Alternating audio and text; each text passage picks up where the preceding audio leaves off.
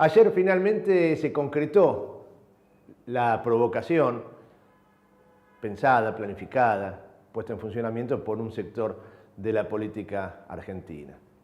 Algo que creíamos que no iba a volver a pasar en nuestro país, poner en discusión ese acuerdo, ese pacto de convivencia social que alcanzamos, basado en el nunca más al terrorismo de Estado. Después de la dictadura cívico-militar genocida parecía que habíamos aprendido.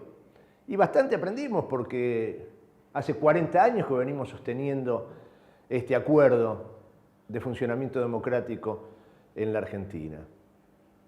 Y muchas cosas quedaron claras acerca de lo que fue nuestra historia, del dolor, el horror, el terror que vivimos en la Argentina.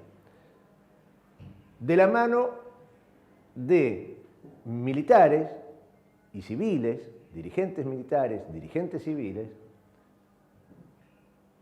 para concretar, para instalar en nuestro país un plan económico determinado, un plan económico que terminara con la idea esta de la distribución, que terminara con la idea del trabajo, del valor agregado, con la idea de la justicia social, con la idea de un país productivo.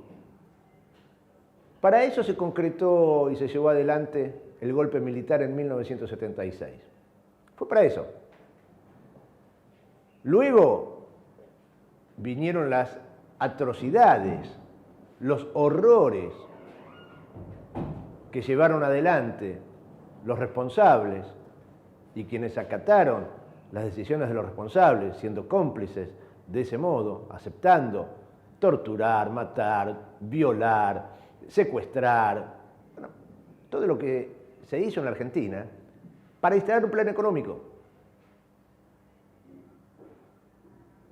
La idea era instalar un plan económico. La excusa, el desequilibrio político, la aparición de los grupos armados. Esa fue la excusa. El objetivo era destrozar, cambiar la matriz económica y distributiva de la Argentina. Eso que había logrado instalar el peronismo a partir de 1946 y que después, a pesar de los sucesivos golpes militares, de fusilamientos, de interrupciones de otros gobiernos pseudodemocráticos. Digo pseudodemocráticos porque en todos los gobiernos que fueron electos por el voto popular después del derrocamiento de Perón, había un pequeño detalle. Pequeño detalle. El peronismo no podía participar de las elecciones. Perón no podía participar de las elecciones. El máximo líder político, el hombre al cual la inmensa mayoría del pueblo quería, respetaba, deseaba ser gobernada por ese hombre no podía participar de las elecciones. Por eso digo, gobiernos pseudodemocráticos. Lo fueron quizás en el funcionamiento de las instituciones una vez que llegaron al gobierno, pero con el pequeño detalle que había proscripción en la Argentina. Pequeño detalle, ¿no? Chiquito. Había gente que no podía participar de las elecciones. Uno no podía participar de las elecciones. El que la gente quería votar, que cuando se presentó a las elecciones ganó con más del 60% de los votos. Pero detalles del funcionamiento. Ahora, a lo largo de todos esos años, no se había logrado cambiar la matriz de desarrollo industrial, eso, mal que mal, con altas, con bajas, con más restricciones, pero eso funcionaba. La dictadura cívico-militar genocida del 76 vino a instalar otro modelo económico en la Argentina, el de la patria financiera. ¿De la mano de quién? Bueno, Martínez de Hoz, el ministro de Economía en aquel entonces, era el vocero, el encargado, el técnico encargado de llevar adelante, de concretar eso, que benefició a muchísima gente, muchísimos grupos económicos y empresariales se beneficiaron del horror y vieron crecer su fortuna en medio de un océano de sangre. en medio del horror, en medio del terror, sin decir esta boca es mía. Haciéndose los distraídos en algunos casos, siendo cómplices en muchos otros casos, y diciendo, bueno, algo había que hacer. Porque claro, se llega a esa situación, y acá lo hemos hablado en algún momento, a partir de una construcción que lleva tiempo. Durante muchos meses, en aquel entonces, hablando del desgobierno, del desastre, que así no se puede seguir, que acá hace falta mano dura, alguien que ponga orden, que traiga previsibilidad, tranquilidad. ¿Le suena a algo de lo que está escuchando hoy? ¿Le suena?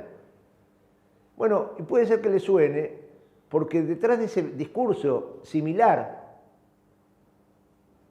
y esto lo dije hace mucho tiempo acá mismo, atrás de ese discurso similar, aparecen muchos de los personajes que formaron parte de aquel momento y muchos otros personajes que reivindican aquel momento, aquel modelo económico y que quieren volver a ponerlo en práctica. Por eso aparece un tipo y dice, terminemos la justicia social. La justicia social es una aberración. ¿A quién se le ocurre que hay que distribuir?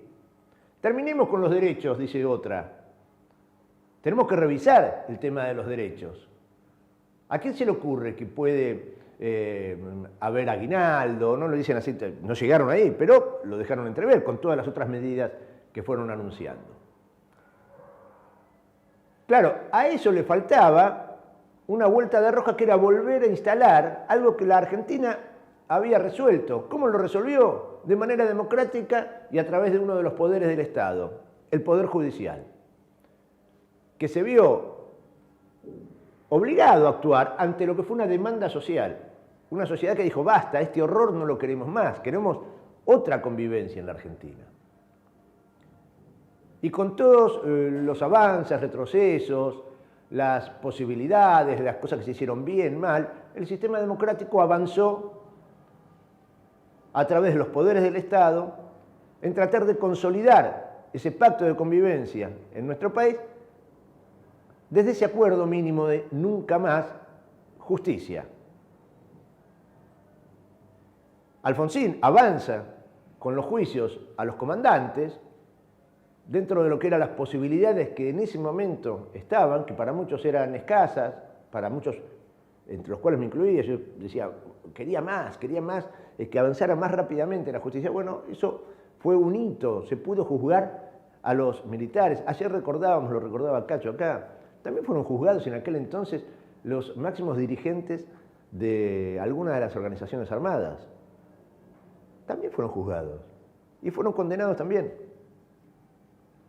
Luego, con la llegada de Néstor Kirchner al gobierno, se pudo profundizar, darle otro dinamismo a los juicios e ir a encontrar a los responsables, a los que aplicaban la tortura, la picana, a los que aplicaban la picana en los úteros de las mujeres que estaban embarazadas. Eso, eso hicieron. Eso, entre tantas otras cosas como ayer describía.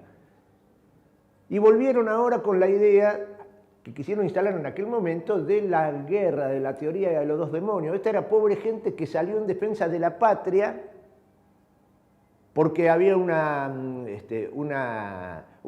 búsqueda por la subversión ateo-marxista que quería adueñarse de nuestros valores y sentires en la República Argentina. Ese era más o menos el discurso. ¿Puede ser que 40 años después hayan vuelto con esto? Sí, puede ser, porque están llevando adelante la misma construcción de sentido que llevaron adelante en la década del 70, ya para justificar el golpe del 76. Lo que se vivió ayer en una legislatura, con un acto en el cual, lo decía en el comentario editorial ayer, entramos por un tubo a la provocación, jugada única, el movimiento popular, toda la sociedad, los defensores de los derechos humanos y sociales.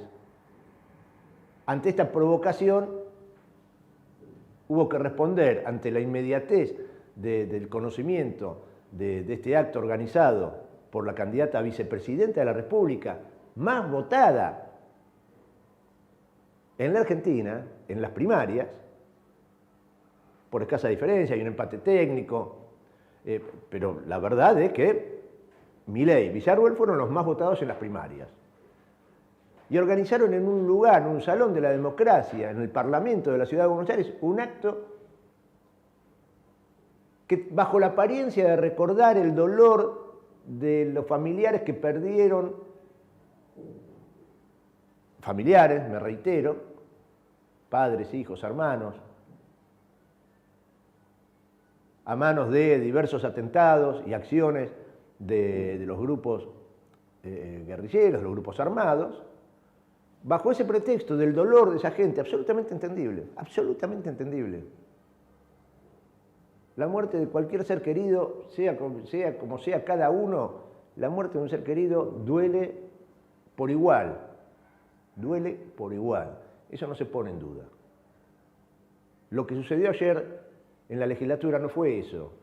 Lo que sucedió ayer en la legislatura fue un acto de campaña de la derecha salvaje que reivindica la metodología utilizada por el terrorismo de Estado para instalar un plan económico que es el que quieren volver a instalar.